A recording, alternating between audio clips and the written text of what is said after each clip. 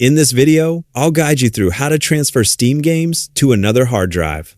If you've installed a game on the wrong drive or simply want to free up space, Steam makes it easy to move your installed games without having to download them again. To get started, open Steam, click Steam in the top left corner, and select Settings. From the menu on the left, click Storage. At the top of the storage page, you'll see your available game library drives. If the drive you want to move your game to isn't listed, click the drive selector, choose Add Drive, and add your new Steam library folder.